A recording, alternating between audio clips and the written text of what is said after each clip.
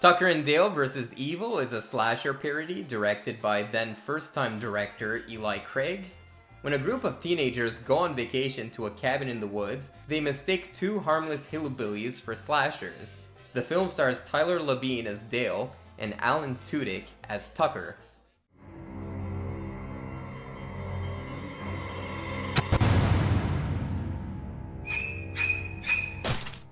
Hey guys, welcome back to Garage Slasher-thon, where every day for the month of October we revisit a slasher movie. Today we're talking about a movie I've always wanted to talk about on this channel because I think it is criminally underrated. We're talking about Tucker and Dale versus Evil. This movie is perfect. Great comedy, excellent slapstick comedy that doesn't get enough credit. This movie had a very troubled release. I remember when it came out, I didn't even hear that it came out. It was shelved for 3 years. There was a lot that went on during the filming of this movie. Apparently, weather was really not on the production side. Hail, rain, you name it, everything encountered this movie. It was just a curse. And when it came out to really good reviews, actually. I was reading the reviews, and a lot of people liked it. I think it has like an 85 on Rotten Tomatoes. But that said, I feel like people didn't understand what was going on with the movie, so they just didn't watch it. It kind of just looked like another Cabin in the Woods kind of movie, where it's like a commentary on Cabin in the Woods movies. So people didn't go to see it. The movie cost $5 million to make, only grossed $5 million, so the movie ended up losing some money. And yeah, like I said, I feel like this might have been a movie that's a really difficult movie to market, because it really is two movies in one, and depending on which character you're following, the perspective kind of changes the genre of the movie.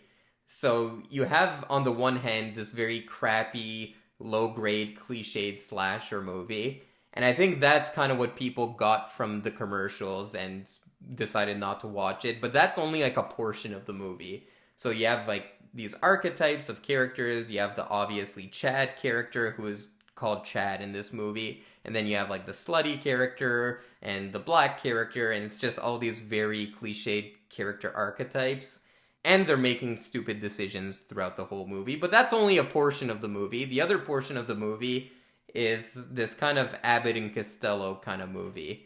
And it really is a modern take on the Abbott and Costello formula, or it reminded me of something like a Laurel and Hardy or a Three Stooges, where it's just this very slapsticky duo of characters. You have this bumbling fool with a heart of gold, and he kind of reminded me of Curly in the Three Stooges. And you have the more straight character who's equally as buffoonish, but he takes himself slightly more seriously, and that's Tucker in this, and he's kind of like the Moe character in the Three Stooges. So yeah, they should have marketed it a bit more as this Abbott and Costello kind of movie, or a Bing Crosby and Bob Hope kind of movie. It's a hard movie to market. I can't really fault the production company for that. It's really that comedic duo that really makes this movie work, because they are so lovable. I love it whenever Dale does something stupid, and you just see Alan Tudyk like turn to him and give him like the side eye. It's really perfect comedic timing. A lot of it is due to the editing as well, which is perfect in this movie. We'll talk about that in a bit. But Alan Tudyk and Tyler Labine, they're perfectly cast in this movie. Alan Tudyk, for one, is an actor that doesn't get enough credit. He's amazing in every movie he plays in. A talented voice actor as well. He voiced the fucking chicken in Moana.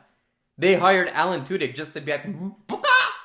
That's how good he is of a voice actor. And then Tyler Labine, apparently he really went through hell doing this movie, because there's a scene where he goes to rescue a girl in a lake, and apparently the day before the lake was frozen. So he jumped in the water anyway, and apparently he got hypothermia. That's dedication, folks. That's dedication. So yeah, it's like two movies in one. Depending on which characters you're following, it becomes a different movie. And that's what the movie is trying to make an ultimate statement about. It's a movie about miscommunication. Because a lot of times when you watch these crappy horror movies, especially in that era, in the mid-2000s, a lot of the times you're just like, why don't these characters communicate? If they just talked, none of this would happen. And the movie has a broader message of communication, they also have this character who wants to be a therapist and has the two characters sit down and try to talk to one another, which really works in the context of the movie, but also makes a broader statement about the state of horror movies at the time. Which, by the way, this movie is really good at doing satire of horror movies without being too on the nose. I like the fact that the first gas station they go to is called Last Chance Gas Station, which has kind of a double entendre to it. And it pokes fun at the Texas Chainsaw Massacre. There's a scene where, in pure slapsticky comedy fashion, Alan Tudyk's character accidentally hits a hive of bees, and he's going around with his chainsaw mimicking Leatherface's movements, and obviously the other characters misunderstand that. But yeah, what really draws me to this movie is that really tight editing, the fact that it goes from one genre to another in a very seamless fashion.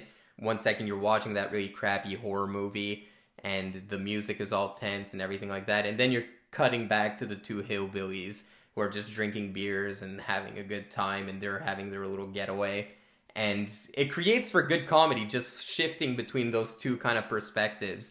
The one scene that really makes me laugh is right at the beginning. Tucker is trying to get his friend to man up and go ask a girl out. And he just says, just remember, laugh at everything. Whatever you say, just smile and laugh. And meanwhile, Dale is holding a sickle, and he goes up to the girl and just like starts laughing maniacally, and she thinks he's like sick in the head.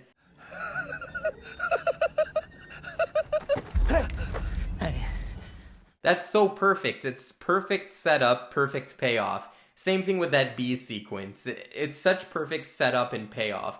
It's slapsticky, but it really works. I really like this movie. Great funny dialogue as well. The dialogue is so fucking perfect. There's a scene where the girl is helping Dale dig a hole for the outhouse, and characters are spying on them, and one of the characters says, Sick fuck, he's making her dig her own grave.